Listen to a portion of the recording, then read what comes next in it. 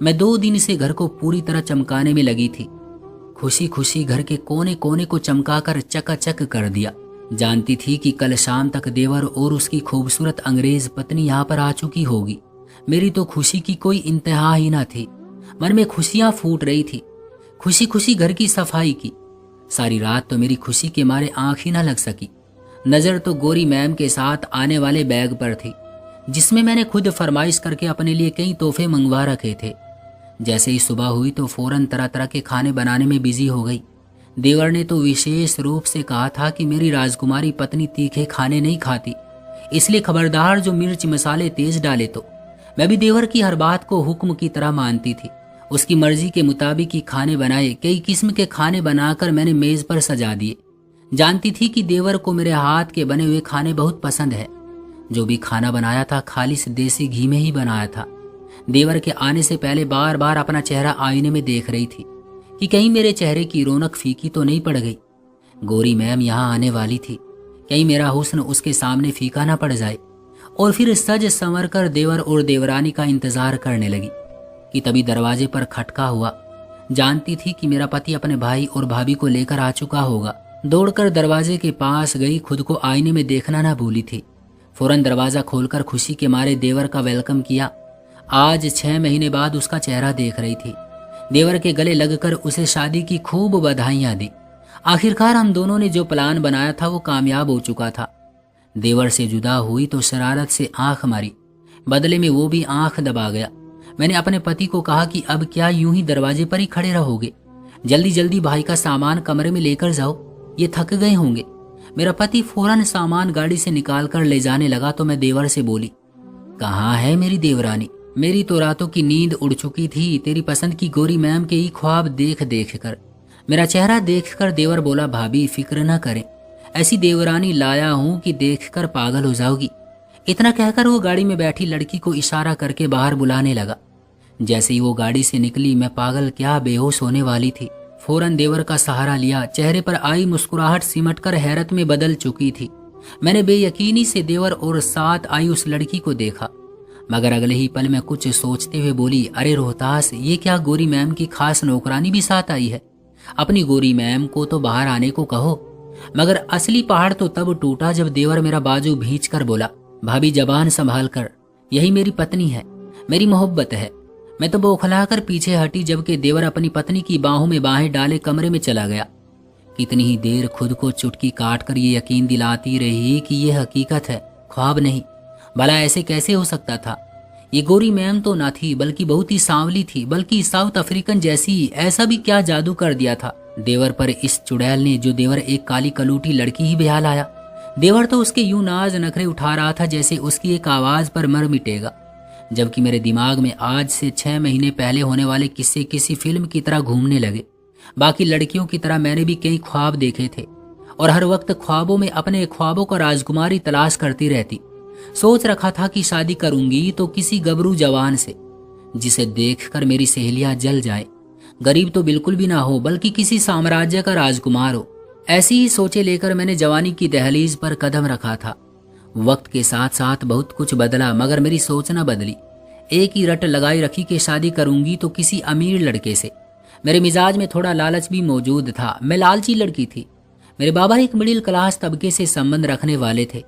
हालांकि उन्होंने मेरी हर ख्वाहिश पूरी की, मगर उसके बावजूद मैं चाहती थी कि मेरे पास दौलत के ढेर हों, मेरे कहने से पहले हर चीज मौजूद हो और सुबह शाम में बड़ी बड़ी गाड़ियों में घूमती फिरूं। मेरे बाबा तो मेरी ये ख्वाहिश पूरी ना कर सके, मगर सोच रखा था कि शादी करूंगी तो किसी अमीर लड़के से कम शादी के बाद तो ये ख्वाहिशें पूरी कर सकूं। मेरी शादी जिस घर में हुई वहां मेरे पति के अलावा एक सास और देवर था। देवर भी ऐसा कि देखकर एक लम्हे को दिल हलक में आ गया था। मेरी माँ ने जब मेरे ख्वाब सुने तो वो सर पीट कर रह जाती, कहती कि राजकुमार राजकुमारियों के लिए तभी आते हैं जब वाकई में राजकुमारी का बाप राजा हो। तुम अपनी हालत तो देखो, जिस कदर तुम्हारे मन में लालच है ना, एक दिन मुंह की खाओगी। जो भी मिले उस पर सब्र और शुक्र के साथ जिंदगी गुजारो। मगर मुझे ये सारी बातें कहाँ समझ आती थी। मेरे कई रिश्ते आए जिन्हें मैंने ठुकरा दिया, क्योंकि वो सब भी हमारी तरह मिडिल क्लास तबके के लोग थे। तभी मेरे लिए एक रिश्ता आया। मेरी माँ मुझसे कहने लगी, बड़े ही अमीर लोग हैं, शहर में काफी मशहूर कारोबारी लोगों में से एक है। मैं भी फौरन पिघल गई और कहने लगी, मेरी वही शादी करवा दो। माँ खुश हो गई। मुझे कहाँ खबर थी कि मेरी माँ मुझसे जान छुड़वाने के चक्कर में है। मुझे वहाँ बहा देगी जहाँ की हालत यहाँ से भी गई गुजरी होगी। मेरे सारे अरमान तो तब टूटे जब मैं विदा होकर एक टूटे फूटे से गांव में चली आई। हर तरफ औरतें गांव के रंग बिरंगे कपड़े पहने हुए होती, मेरे इर्द गिर्द बैठी हुई खालिस पंजाबी में बातें कर रही होती। खालिस पंजाबी और उनकी मिजाज वाली बातें मेरा मुंह चिढ़ा रही थी। जी चाहा के दहाड़े मार मार कर रो दूं। उस दिन मुझे अपनी माँ पर बहुत गुस्सा आया कि मेरी शादी कैसे घर में कर दी, मगर बहरहाल अब यही मेरी जिंदगी थी। मैं मिजाज की थोड़ी लालची थी, अलबत्ता मेरा पति बड़ा ही मासूम था। उसे तो जो मिल जाता वही सब्र सुख्र करके खा लेता, और कुछ अमीर भी ना था बल्कि एक मिडिल क्लास तबके से संबंध रखता था। मेरा मिजाज बड़े बड़े शौक और लालच से भरा पड़ा था। शादी के बाद जब मैं पति से फरमाइश करती तो मेरा इकलौता देवर मेरा खूब साथ देता। चंद ही दिन में मुझे यह अंदाजा हो गया कि मेरा देवर भी मेरी तरह सोच रखने वाला है। मेरा पति अपने बाबा की दुकानें संभालता था, जबकि मेरा देवर उस गांव का पहलवान था। बिल्कुल हाथी जैसा लगता था। हर दिन सुबह घर से निकल जाता और गांव के मैदान में पहलवानी के जोर दिखाता। कभी कभी तो मैं देवर का शरीर देखकर हैरान रह जाया करती थी और यही कहती कि न जाने ये इंसान भी है या नहीं, बल्कि मुझे तो यूं लगता था जैसे इंसान की शक्ल में किसी सांड ने मेरी सास के यहाँ जन्म ले लिया हो। इतना जानदार किस्म का देवर देखकर मैं तो शुरू में बौखला कर रह जाया करती थी। जब नई नई शादी होकर यहाँ आई तो कुछ दिन बाद ही सास ने सारे घर की जिम्मेदारी मेरे नाजुक कांधों पर डाल दी। मैंने भी हालात की नजाकत को समझते हुए चूल्हा चौका संभाल लिया। जो भी काम करती ठंडी सांस भरकर रह जाती। क्या क्या सोच रखा था, ससुराल में 10-10 नौकर होंगे, मगर यहाँ तो हिसाब ही उलट था। अगली सुबह जब देवर के लिए नाश्ता बनाने लगी तो सास ने खास तौर से कहा कि देवर के लिए देसी घी के ही पराठे बनाना। मैंने 2 पराठे पकाकर देवर के सामने रखे, मगर उसने 2 पराठे देखकर माथे पर तेवरी चढ़ा ली और गुस्से से मेरी तरफ देखकर कहने लगा, ये क्या है भाभी, सिर्फ 2 पराठे और इन पर इतना कम घी क्यों लगाया है? क्या तुम्हें माँ ने नहीं बताया कि मुझे देसी घी के लथपथ पराठे पसंद है? देवर गुस्से से खूंखार सांड लग रहा था। मैं तुरंत वो पराठे वापस ले गई और देसी घी से भरे पराठे लेकर बाहर आ गई। मुझे तो शुरू से ही देसी घी की खुशबू पसंद न थी, मगर यहाँ आकर क्या क्या करना पड़ रहा था। मैंने देसी घी का डब्बा भी लाकर उसके पास रख दिया, क्योंकि सास ने मुझे यही कहा था कि जब भी देवर खाना खाए देसी घी का डब्बा उसके पास रख दिया करो, और मैंने ऐसा ही किया था। मुझे चक्कर तो उस वक्त आई जब मैंने देखा कि 10 मिनट में ही देवर सारे पराठे खा गया और फिर डब्बे में मौजूद देसी घी एक ही सांस में यूं पी गया जैसे पानी पिया करते हैं। इतना ज्यादा घी खाकर उसने डकार लिया और फिर कहने लगा कि भाभी, तुम पराठे बड़े ही मजेदार बनाती हो, बस देसी घी जरा ज्यादा लगाया करो ताकि मेरी ये जान बनी रहे। मैं तो गस खाकर गिरने को थी। मेरा पति तो एक पराठा वो भी कभी कभार आधा ही छोड़कर चला जाता था, जबकि देवर तो इंसान नहीं बल्कि कोई और जीव बनकर खाना खाया करता था। देवर शादी की उम्र को पहुंच चुका था कि उसकी शादी की बात करती तो कहता कि मैंने यहाँ की किसी भी लड़की से शादी नहीं करनी, मैं तो परदेश जाऊंगा और गोरी मैम ब्याह कर लाऊंगा। मैंने देवर की बात में दिलचस्पी लेना शुरू कर दी और एक दिन उसे कहने लगी कि तुम्हें गोरी मैम से शादी करने का इतना शौक क्यों है? मेरी बात सुनकर पहले तो वो मुस्कुराया और फिर कहने लगा कि भाभी, आप नहीं समझोगी, अगर गोरी मैम यहाँ आई तो याद रखना हमारे दिन फिर जाएंगे। मैं तो बस शुरू से ही ये ख्वाब देख चुका हूँ कि परदेश जाऊंगा, गोरी मैम ब्याह कर लाऊंगा। मैंने ये शब्द सुने तो सेक चिल्ली की तरह ख्याली पुलाव पकाने लगी और देवर के उस ख्वाब को हकीकत में बदलने का सोचने लगी। मैं भी देवर से अपने माजी के बारे में बताने लगी तो देवर हंसने लगा कि भाभी, अभी भी मैं आपकी सारी ख्वाहिशें पूरी कर सकता हूँ, मगर बदले में आपको एक काम करना होगा। मैंने जब उसके शब्द सुने तो सोच में पड़ गई। फिर सोचकर कहने लगी कि मैं तुम्हारा साथ तो दे दूंगी, मगर बदले में मुझे अपना पार्टनर बनाना होगा और हर चीज का 50-50 करना होगा। देवर इस बात पर रजामंद हो गया। मैंने देवर के लंदन जाने का इंतजाम करना शुरू कर दिया, जिसके लिए पैसे चाहिए थे। मैंने अपने सारे जेवर बेच दिए थे और वो सारे पैसे देवर को दे दिए और बोली कि बस तुम जल्दी से गोरी मैम फंसा कर यहाँ ले आओ ताकि हम अमीर हो सके। सास ने ये बात सुनी तो हमें मना करने लगी कि मैं अपने पहलवान बेटे को बाहर जाने नहीं दूंगी, मगर मैं सास से कहने लगी कि आपका बेटा कोई काम नहीं कर सकता, यहाँ रहकर हर वक्त किसी न किसी की हड्डियां तोड़ता रहता है, अच्छा है ना कि किसी काम में लग जाएगा। सास भी खामोश हो गई, जबकि पति मुझे डांटने लगा, मगर हमारे देवर भाभी की बातों के आगे आज तक किसी की चली थी जो अब चलती। कुछ समय बाद मेरा देवर लंदन चला गया। मेरा देवर भी बिल्कुल अंग्रेज लगता था, सुर्ख सफेद रंगत थी उसकी। लंदन गया तो कुछ महीने में ही उसे एक लड़की पसंद आ गई। फोन पर कहने लगा कि एक अमीर लड़की मिल गई है, हमारी तो समझो काया ही पलटने वाली है, पूरे गांव में हमारी वाह होगी। मैंने जब देवर की ये बात सुनी तो खुशी के मारे उछलने लगी। आखिरकार हम अमीर होने वाले थे। देवर ने वहीं पर उस लड़की से शादी कर ली और कहने लगा कि ये लड़की पूरी तरह मेरे काबू में आ चुकी है, इसलिए इसे मैं जल्द ही हिंदुस्तान लेकर आ रहा हूँ। ये कह रही है कि अपनी सारी दौलत मेरे ही नाम कर देगी। मैं तो खुशी के मारे पागल हो रही थी, न जाने कितने करोड़ों की जायदाद मुझे मिलने वाली है। मगर अब जब देवर के साथ उस काली कलूटी लड़की को देखा तो मेरा दिल उचट सा गया था।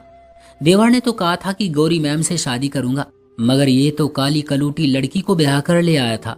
देवर ने अपनी पत्नी को कमरे में छोड़ा और फिर मेरे पास चला आया।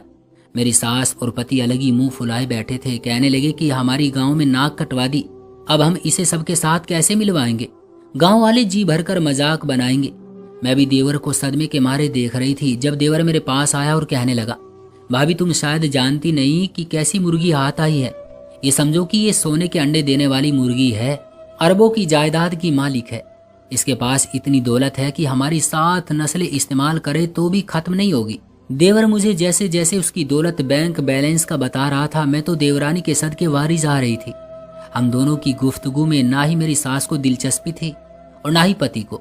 मैं तो देवरानी की खूब आओ भगत करने लगी, हर रोज उसकी पसंद के खाने बनाने में लगी रहती। वो भी मुझसे खूब हंस हंस कर बातें किया करती थी। मेरे लिए बहुत से तोहफे लाई थी जो कि उसने मुझे दिए थे। तोहफे पाकर तो मैं बहुत खुश हुई थी। हकीकत में यही सब तो मैं चाहती थी जिस वजह से मैंने इतने जतन उठाए थे। कुछ समय गुजरा तो मैं देवर से कहने लगी कि तुम क्यों नहीं उससे उसकी जायदाद अपने नाम करवा रहे। कर्जा लेने वाले रोज दरवाजा खटखटा रहे होते हैं। देवर ने भी यही प्लान बनाया था कि जैसे वो लड़की अपनी दौलत मेरे देवर के नाम करेगी तो उसे तलाक दे देगा। 2 महीने की सेवा पानी के बाद जब देवर एक दिन अपनी पत्नी से इस बारे में कहने लगा तो वो औरत खामोश हो गई और कहने लगी कि मैंने झूठ बोला था, मैं कोई अमीर लड़की नहीं हूँ, ना ही मेरे बाप ने करोड़ों रुपयों का कारोबार मेरे लिए छोड़ा है। मैं तो गरीब और तलाकशुदा औरत थी जिसकी दूसरी शादी नहीं हो रही थी। मैं चाहती थी कि किसी ईमानदार आदमी से शादी कर लूं। फिर मुझे तुम मिले तो मैं तुम पर दिल हार बैठी।